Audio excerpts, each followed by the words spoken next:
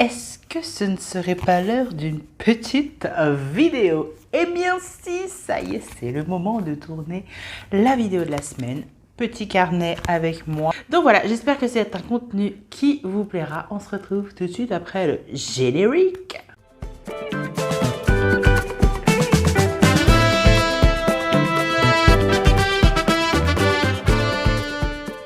Bienvenue sur cette nouvelle vidéo où aujourd'hui je vais vous parler des 10 choses que j'ai détournées dans ma maison pour s'occuper de mes plantes. Et pourquoi du coup mon mari parfois me regarde bizarrement à garder des trucs chelous pour mes plantes.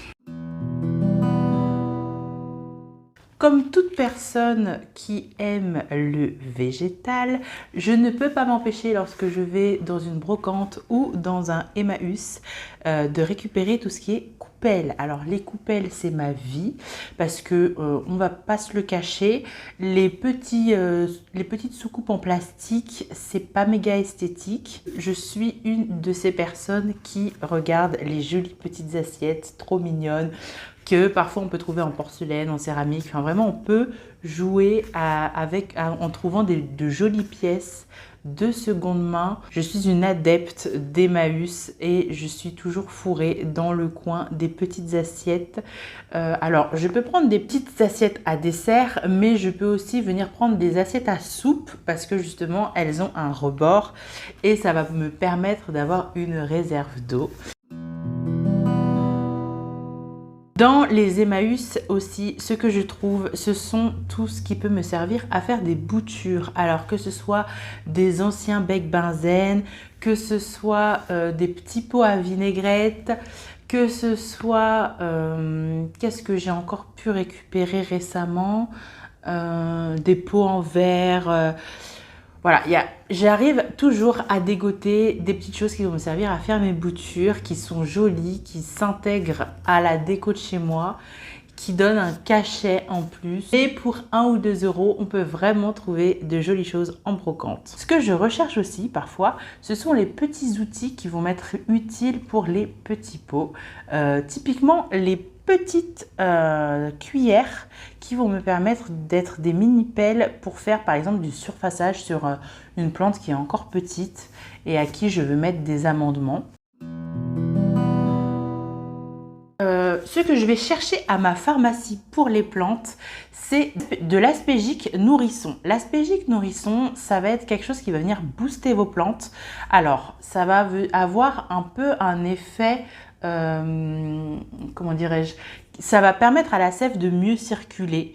Donc, diluer dans de l'eau, ça peut être bien de parfois leur mettre de l'Aspégique. Moi, je sais que en prévention de certaines maladies, notamment du fongique, je leur mets un peu d'Aspégique Nourrisson de temps en temps. Alors maintenant, il y a bien sûr d'autres produits qui sont faits exprès pour les plantes, mais si vous voulez détourner de l'Aspégique Nourrisson qui coûte 3 fois rien, c'est 2-3 euros je crois l'Aspégique Nourrisson. Voilà, sachez que vous pouvez mettre un petit sachet d'Aspégique Nourrisson dans de l'eau et ça fera très bien l'affaire en prévention et ça les vitalisera, voilà, si je peux dire ça ainsi. Ce que je récupère aussi en pharmacie pour mes plantes, ce sont les seringues en millilitres.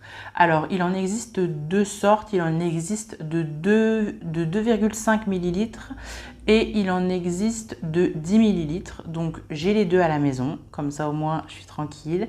C'est des choses que j'ai découvertes quand j'en ai eu besoin pour mon petit garçon, pour lui administrer quand il était plus petit, des médicaments. Dieu seul sait à quel point c'est compliqué de donner des médicaments à un bébé. Donc, j'ai pu, grâce aux seringues, lui donner des médicaments. Et j'ai gardé ces seringues ensuite pour doser mes produits. Donc, ça peut être aussi une bonne chose que d'aller en pharmacie et de demander des seringues en millilitres, petites ou grandes. Alors, bien sûr, vous allez les payer, mais vraiment, ça ne coûte pas grand-chose non plus. Ça va peut-être vous coûter peut-être 2-3 euros, c'est quelques centimes la seringue en tout cas.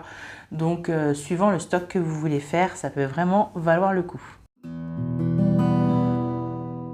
Autre Autre chose encore que je garde lorsque je commande sur internet du chinois, ce sont les baguettes. Pourquoi? Parce que les baguettes, quand vous avez une plante style philodendron en bouturage et qu'elle veut commencer à grimper et que vous n'avez pas envie pour le moment de lui faire un grand tuteur parce que soit elle est en vitrine, soit elle est en serre ou en box ou que sais-je, la baguette chinoise sera votre meilleure amie. Étant donné qu'elle est en bois, elle va facilement se planter dans votre substrat et vous pourrez attacher votre plante autour. Ça évitera, ça lui permettra de monter jusqu'au moment où vous décidez de lui faire un tuteur.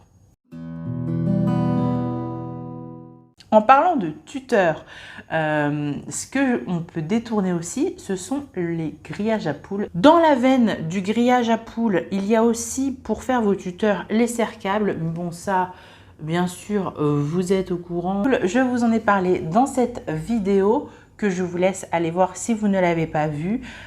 C'est un bon moyen de faire ses propres tuteurs. Il faut bien sûr le prendre de bonne qualité, mais je ne vais pas ici m'étaler sur le sujet étant donné que je vous ai déjà parlé de ça dans la vidéo spéciale tuteur. Du côté cuisine, il y a aussi bien sûr, et ça je vous en ai parlé déjà à nombreuses reprises, ce sont les pots à faisselle. Donc que je garde pour mettre en vitrine mes boutures qui sont en sphaigne ou alors mes bulbilles. Pour faire partir les bulbilles, vraiment c'est top. Elles petites ou grandes parce que vous avez les gros pots et les petits pots, mais ça je pense que je ne vous apprends rien. Donc les pots individuels ou les pots familiaux, c'est vraiment des pots à récupérer et ça m'est même déjà arrivé lorsque je mangeais chez des amis et où en dessert il y avait de la faisselle, de demander à mon hôte si je pouvais récupérer les pots à faisselle. Dites-moi si vous aussi ça vous arrive de récupérer des trucs chez les gens et qui ne comprennent pas pourquoi vous les récupérez. Vous pouvez aussi recycler vos vieux t-shirts. Les vieux t-shirts vous permettront donc de nettoyer vos feuilles, enfin du moins les grandes feuilles, les petites feuilles, mieux vaut la douche, clairement, parce que les petites feuilles à nettoyer, c'est un enfer. Mais si vous voulez lustrer vos grandes feuilles, rien de mieux qu'un vieux t-shirt en coton. Voilà, moi je sais que dans un coin, j'ai un vieux t-shirt que j'avais pas envie de jeter parce que sentimentalement, c'était compliqué. Du coup, je le garde, mais il me sert pour mes plantes. Il est important qu'entre chaque nettoyage de feuilles, qu'entre chaque nettoyage de plantes, vous changiez de tissu. Pourquoi? Si par hasard vous n'avez pas vu qu'une infestation d'acariens ou une infestation de thrips commence à s'installer chez vous, c'est un coup à ce que vous en mettiez partout dans votre collection. Donc oui pour nettoyer les feuilles, mais attention à comment vous le faites. Il faut toujours avoir un morceau de tissu par feuille. Le mieux dans ce cas, c'est de découper votre vieux t-shirt en plusieurs parties et que chaque morceau de tissu soit dédié à une plante. Voilà, ça vous permettra d'éviter de répandre des bestioles ou des maladies s'il y a une infestation qui est en plein démarrage. Dans la cuisine, vous pouvez aussi utiliser le cellophane qui peut être une très bonne alternative aux boules de marcottage si vous voulez marcoter une plante. Je vous laisse avec le... c'était dans quoi? Je sais que dans une vidéo, j'en ai parlé. Dans quelle vidéo je vous ai parlé du marcotage?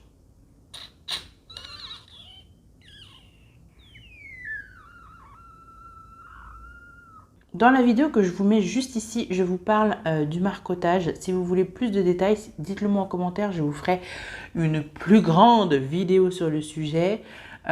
C'était dans mon intention parce que j'ai envie de poursuivre la série sur les différentes façons de bouturer les plantes. Mais vu comment je vous ai expliqué les choses, je pense assez clairement dans la vidéo comment avoir des grosses feuilles. Je ne sais pas si ça vaut le coup que je vous fasse encore une vidéo spéciale marcotage. Dites-le moi en commentaire et bien sûr, je m'exécuterai. Je vous en ai parlé aussi dans le vlog du mois dernier. J'utilise un distributeur à céréales pour mettre mes différents éléments de substrat. Alors j'ai trouvé l'idée bonne et je l'utilise encore, même s'il y a certains éléments qui, je trouve à mon sens, ont du mal à descendre. Lorsque j'active le mécanisme, il y a des fois où ça ne fonctionne pas pour certains éléments qui sont un peu plus gros. Typiquement, la pouzzolane, je trouve qu'elle passe pas très bien. Mais bon, je pense que c'est une question d'ajustement. Mais en tout cas, je suis très contente de mon distributeur à céréales. Et ça fait beaucoup rire mon mari quand je sors mon distributeur pour faire mes substrats. Nous avons vu 10 choses que j'ai détournées chez moi pour m'occuper de mes plantes. J'aimerais vraiment savoir ce que vous avez détourné. Je vous laisse me le dire aussi en commentaire. Ça peut donner des idées et ça permet aussi de faire, on va pas se le cacher, des économies parce que les outils spécifiques, parfois, c'est un certain budget. Donc, quand on peut faire autrement, pourquoi s'en priver ? La vidéo du jour est déjà terminée. J'ai eu du mal à trouver un moment pour filmer. C'est le seul temps où je peux le faire et où j'ai la capacité de le faire. Donc, je m'excuse pour ceux qui aiment les longues vidéos. Mais voilà, cette semaine, ce sera une courte vidéo. Ne vous inquiétez pas, la semaine prochaine, ce sera une vidéo beaucoup plus longue étant donné que nous arriverons déjà à la fin du mois de février. Donc, ce sera un monthly vlog. Et qui dit monthly vlog dit que je m'étale, je laisse du temps. Et je pense que ça peut être intéressant que vous vous abonniez pour la suite car je vais ranger l'intégralité de mes outils pour plantes, l'intégralité de mes substrats. J'ai consacré ce mois de février à faire un tri monumental dans mes affaires de plantes pour essayer de préparer la saison qui arrive à grands pas.